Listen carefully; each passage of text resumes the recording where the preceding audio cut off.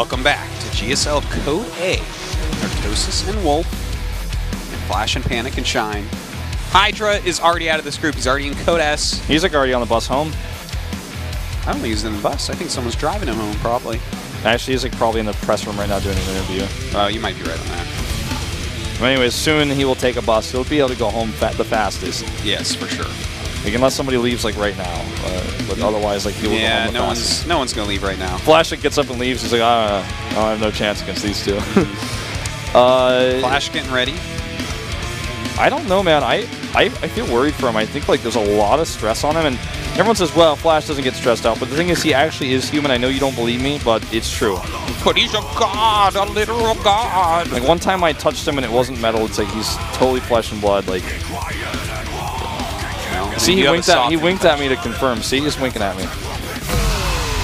All right, let's do this. Panic versus Flash. Protoss versus Terran. Both these players' last chance. Well, they might fall down to Code B.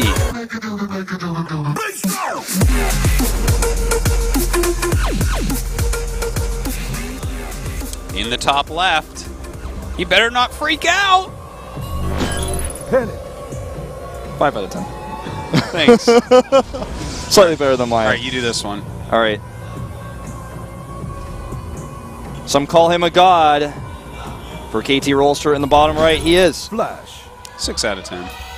Are we just going to keep counting up numbers?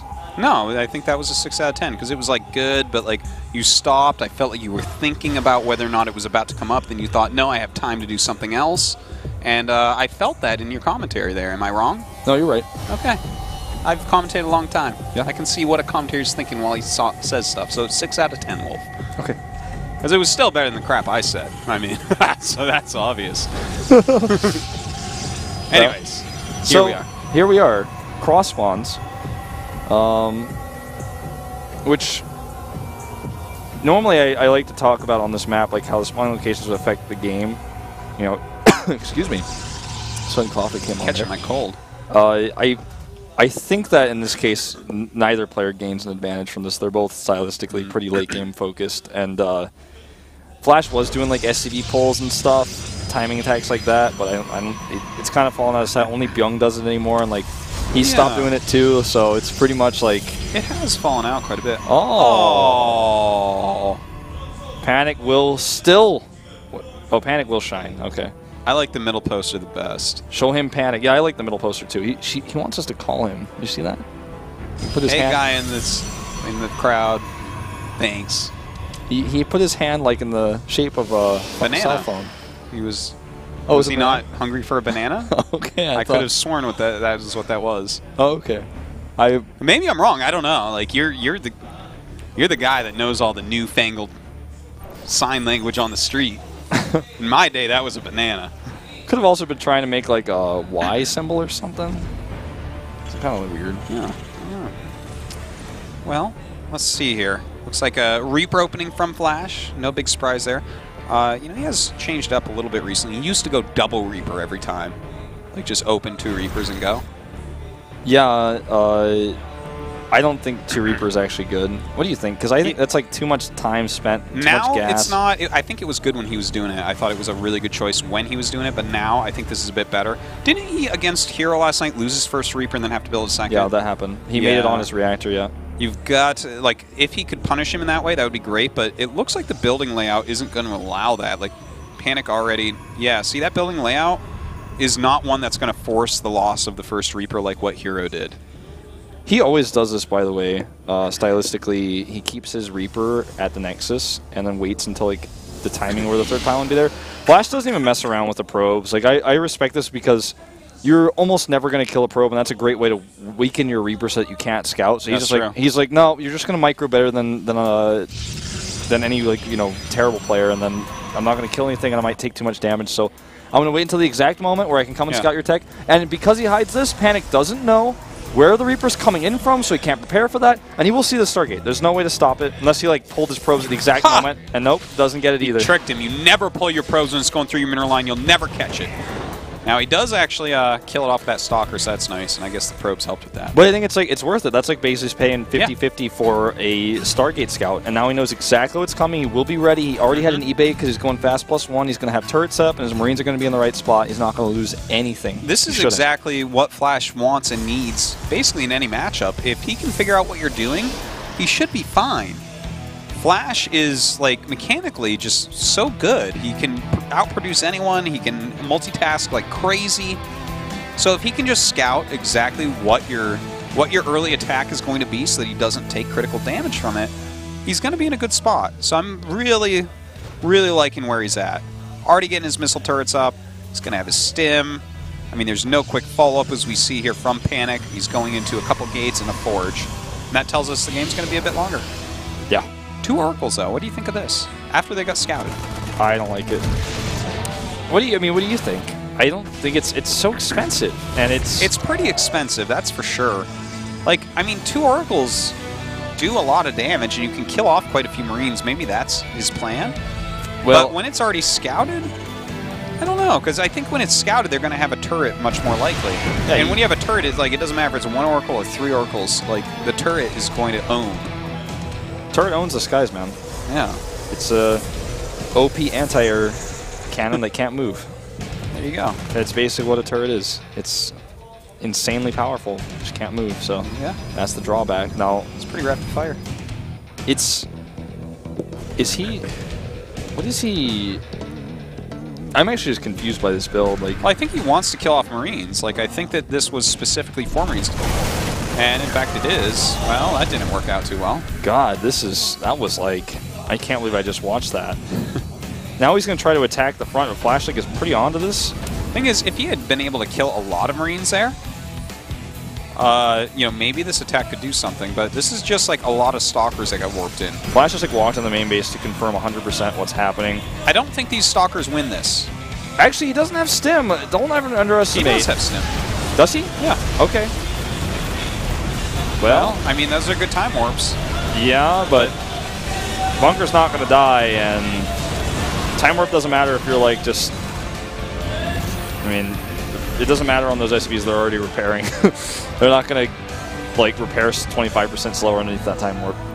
Yeah, that's true. This Phoenix is like so sad too. I mean, it's going to help him defend drops later, and if he commits to this attack heavily, I guess that's going to be really important later. But well, I mean, this is just like a weird timing. I wonder if this build is like really popping on the ladder, because I've never seen somebody go 2 oracles into a Stalker attack in any league I've ever commentated in Heart of the Storm. Like, yeah, I've never seen this timing before. I see what he's trying to do with it, and it's kind of interesting. You know, you reduce the Marine count a little bit, and then you just suddenly attack the front with a bunch of Stalkers. And the thing is, maybe if it's executed perfectly, while the Oracles are killing off Marines, the Stalkers are hitting. And then suddenly there are 2 locations where you need your Marines. And, I mean, that is a lot of Stalkers. And if you kill the bunkers, you can micro against Marines before medevacs and possibly some games before stim. Yeah. Very, very well. So I kind of like the idea of it, even though it ended up not really working out for him. But, you know, he does still have an Oracle. He's making some Phoenixes to help clean up any drops. Yeah, he's actually making... Still has a Forge he hasn't used. That makes me sad. Yeah, I don't know what's up with that, actually. He has resource, he could use it.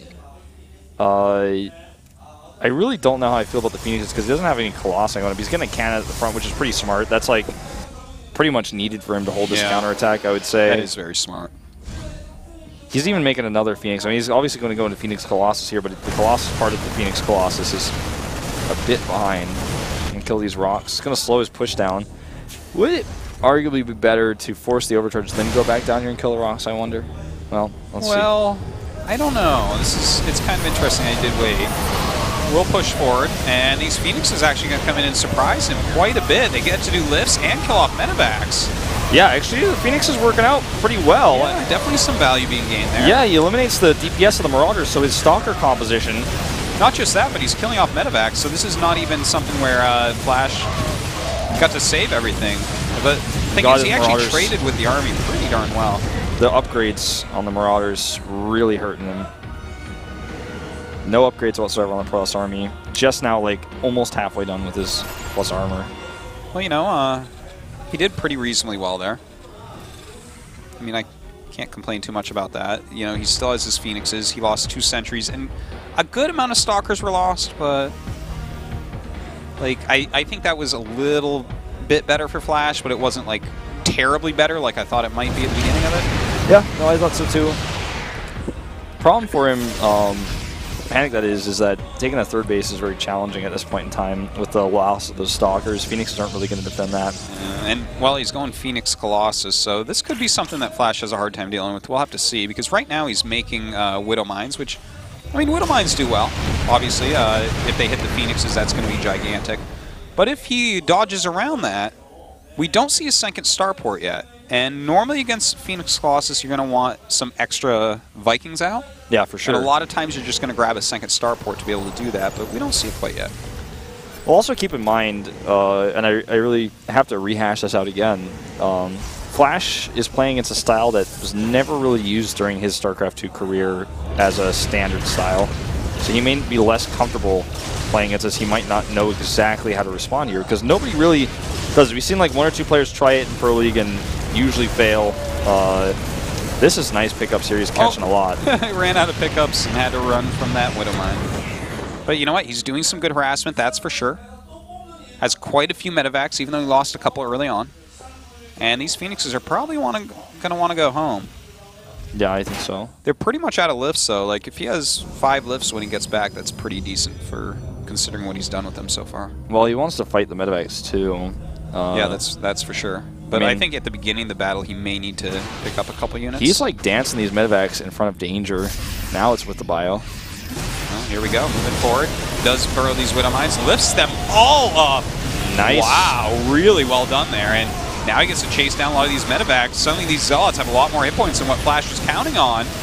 Yeah, this is not good, actually. He's going to lose all of his medevacs most likely here. Zealot charge not being done hurts this, but still, he pushes his way through.